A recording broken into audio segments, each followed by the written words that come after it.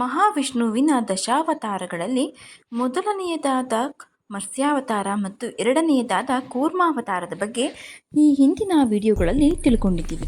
ಹಾಗಾದರೆ ಈ ವಿಡಿಯೋದಲ್ಲಿ ಮಹಾವಿಷ್ಣುವಿನ ಮೂರನೇ ಮತ್ತು ನಾಲ್ಕನೆಯ ಅವತಾರವಾದ ವರಾಹಾವತಾರ ಮತ್ತು ನರಸಿಂಹ ಅವತಾರದ ಬಗ್ಗೆ ಈ ವಿಡಿಯೋದಲ್ಲಿ ತಿಳ್ಕೊಳ್ಳೋಣ. ನಮಸ್ಕಾರ ಸ್ನೇಹಿತರೆ, ಎಲ್ಲರಿಗೂ ಮಾನು ಮನೋಜ್ ಕನ್ನಡ ಯೂಟ್ಯೂಬ್ ಚಾನಲ್ಗೆ ಸ್ವಾಗತ. ಮಹಾವಿಷ್ಣುವಿನ ಮೂರನೇ ರೂಪವೇ ವರಾಹ ಅವತಾರ. ವರಾಹ ವಿಷ್ಣುವಿನ ದಶಾವತಾರಗಳಲ್ಲಿ ಮೂರನೆಯ ಅವತಾರ. ವಿಷ್ಣುವಿನ ದ್ವಾರಪಾಲಕರಾದ ಜಯ ವಿಜಯರು ದೇವರ್ಷಿಗಳ ಶಾಪದಿಂದ 3 ಯುಗಗಳಲ್ಲಿ ರಾಕ್ಷಸರಾಗಿ ಜನ್ಮವನ್ನು ಎತ್ತುತ್ತಾರೆ.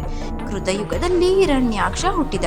ಇವನನ್ನು ಸಂಹರಿಸುವುದೇ ವರಾಹಾವತಾರದ ಉದ್ದೇಶ.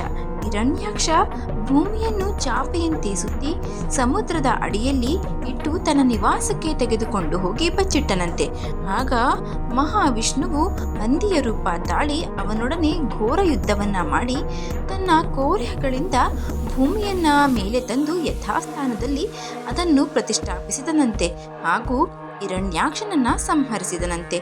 ಇದು ವರಾಹಾವತಾರದ ಕತೆ. ಇನ್ನು ನರಸಿಂಹಾವತಾರ. ಇದು ನರಸಿಂಹಾವತಾರ ಮಹಾವಿಷ್ಣುವಿನ 4ನೆಯ ಅವತಾರ.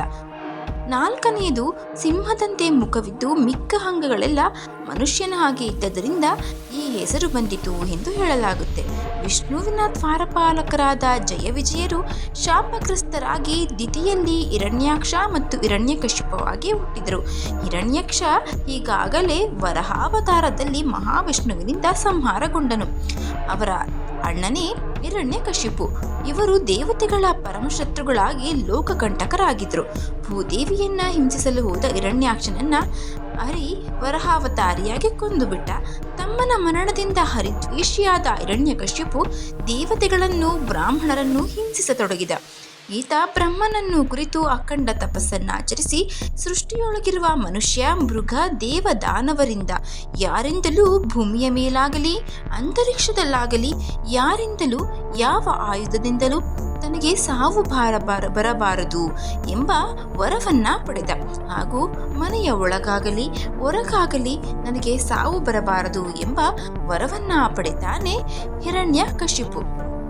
ವರ ಪಡೆದ ಈತ 3 ಲೋಕಗಳನ್ನು ತನ್ನ ಅಧೀನಕ್ಕೆ ತೆಗೆದುಕೊಂಡ. ರಾಕ್ಷಸನಿಂದ ಮೇಲೆ ವರ ಪಡೆದ ಮೇಲೆ ಸುಮ್ಮನಿದ್ದಾನೆ. ಇಂದ್ರನನ್ನ ಸೋಲಿಸಿ ಸ್ವರ್ಗವನ್ನೇ ರಾಜಧಾನಿಯನ್ನಾಗಿ ಮಾಡಿಕೊಂಡ. ದೇವತೆಗಳೆಲ್ಲ ತನ್ನನ್ನು ಆರಾಧಿಸುವಂತೆ ಆಜ್ಞಾಪಿಸಿದ.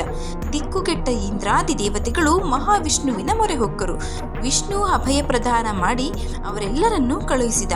ಇತ್ತ ಹಿರಣ್ಯಕಶಿಪುವಿನ ಮಗನಾದ ಪ್ರಹ್ಲಾದ ಬಾಲ್ಯದಿಂದಲೇ ಹರಿಭಕ್ತ. ಗುರುವಿಗೂ ತಂದೆಗೂ ಹರಿಭಕ್ತಿಯನ್ನ ಬೋಧಿಸ ಹೊರಟ ಮಗನನ್ನು ಕಂಡು ಕುಪಿತನಾದ ತಂದೆ ಆತನನ್ನ ಕೊಲ್ಲಲು ಶೂಲಗಳಿಂದ ತಿವಿಸಿದ, ಆನೆಗಳಿಂದ ತುಳಿಸಿದ, ಹಾವುಗಳಿಂದ ಕಡಿಸಿದ, ಪರ್ವತದ ಮೇಲಿಂದ ನೂಕಿಸಿದ, ವಿಷವನ್ನ ಕುಡಿಸಿದ, ಸಮುದ್ರದಲ್ಲಿ ಹಾಕಿಸಿದ, ಬೆಂಕಿಯಲ್ಲಿ ಬೀಳಿಸಿದ, ಗುಂಡಿಯಲ್ಲಿ ಹಗಿಸಿದ. ಹರಿಭಕ್ತನಾದ ಪ್ರಹ್ಲಾದನನ್ನು ಈ ಯಾವ ತೊಂದರೆಯೂ ಏನೂ ಮಾಡಲು ಆಗಲಿಲ್ಲ. ಕೊನೆಗೆ ಪ್ರಹ್ಲಾದನನ್ನು ಕೊಲ್ಲಿಸಲು ಯಾವುದೇ ಮಾರ್ಗಗಳು ಸಫಲವಾಗದೆ ನೊಂದು ಬೆಂದು ಹೋದ ಹಿರಣ್ಯಕಶಿಪು. ಹಿರಣ್ಯಕಶಿಪುವಿಗೆ ಮಗನಾದ ಪ್ರಹ್ಲಾದನು ತನ್ನನ್ನೇ ದೇವರೆಂದು, ತನ್ನನ್ನೇ ಪೂಜಿಸಬೇಕೆಂದು, ಹರಿಯನ್ನ ಪೂಜಿಸಬಾರದೆಂದು ಅವನ ಮನದ ಇಂಗಿತ.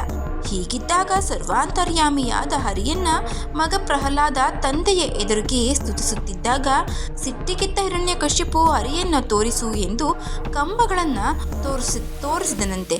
ಆಗ ಯಾವ ಕಂಬದಲ್ಲಿ ಇರುವನು ನಿನ್ನ ಹರಿ, ತೋರಿಸದಿದ್ದರೆ ನಿನ್ನ ತಲೆಯನ್ನು ಕಡಿಯುವೆ ಎಂದು ಹೇಳಿದಾಗ ಭಯಂಕರ ಶಬ್ದವಾಗಿ ಕಂಬ ಇಬ್ಬಾಗವಾಗಿ ನರಸಿಂಹ ಆ ಕಂಬದಿಂದ ಪ್ರತ್ಯಕ್ಷನಾದ. ಕಾದಾಡಲು ಹೋದ ಹಿರಣ್ಯಕಶಿಪುವನ್ನ ಹಿಡಿದು ಹೊಸ್ತಿಲ ಮೇಲೆ ಕುಳಿತು ತೊಡೆಯ ಮೇಲಿರಿಸಿಕೊಂಡು ಹರಿತವಾದ ಉಗುರುಗಳಿಂದ ಹೊಟ್ಟೆಯನ್ನ ಬಗೆದು ಅವನ ಕರುಳನ್ನ ಕುತ್ತಿಗೆಗೆ ಮಾಲೆಯಾಗಿ ಹಾಕಿಕೊಂಡ. ಇದರಿಂದ ಸಂತುಷ್ಟರಾದ ದೇವತೆಗಳು ನರಹರಿಯನ್ನ ಸ್ತುತಿಸಿದರು. ನರಹರಿ ಎಂದರೆ ಅರ್ಧ ದೇಹ ಮಾನವ, ಅರ್ಧ ದೇಹ ಸಿಂಹದ ರೂಪವನ್ನ ತೆಗೆದುಕೊಂಡಿದ್ದ ಹರಿಯ ರೂಪ ಘೋರವಾಗಿ ಕಾಣಿಸುತ್ತಿತ್ತು. ಯಾರ ಸ್ತುತಿಯಿಂದಲೂ ಸಂತುಷ್ಟನಾಗದ ನರಸಿಂಹನು ಕೋಪಿಷ್ಠನಾಗಿಯೇ ಉಗ್ರರೂಪಿಯಾಗಿ ಕುಳಿತಿದ್ದ. ಆ ಸಮಯದಲ್ಲಿ ಪ್ರಹ್ಲಾದನು ನರಸಿಂಹನನ್ನು ಪ್ರಾರ್ಥಿಸಿದ. ಪ್ರಹ್ಲಾದನ ಪ್ರಾರ್ಥನೆಗೆ ಕೂಗುಟ್ಟ ನರಸಿಂಹಸ್ವಾಮಿಯು ತನ್ನ ಕೋಪವನ್ನು ನಿಗ್ರಹಿಸಿಕೊಂಡ.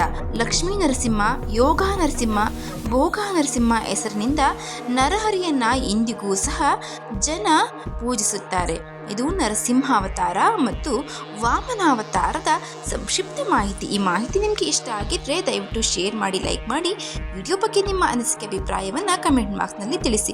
ಚಾನಲ್ನ ಇನ್ನೂ ಸಬ್ಸ್ಕ್ರೈಬ್ ಮಾಡ್ಕೊಂಡೆ ನೋಡ್ತಾ ಇದ್ರೆ ದಯವಿಟ್ಟು ಸಬ್ಸ್ಕ್ರೈಬ್ ಮಾಡಿಕೊಂಡು ನೋಡಿ. ಧನ್ಯವಾದಗಳು.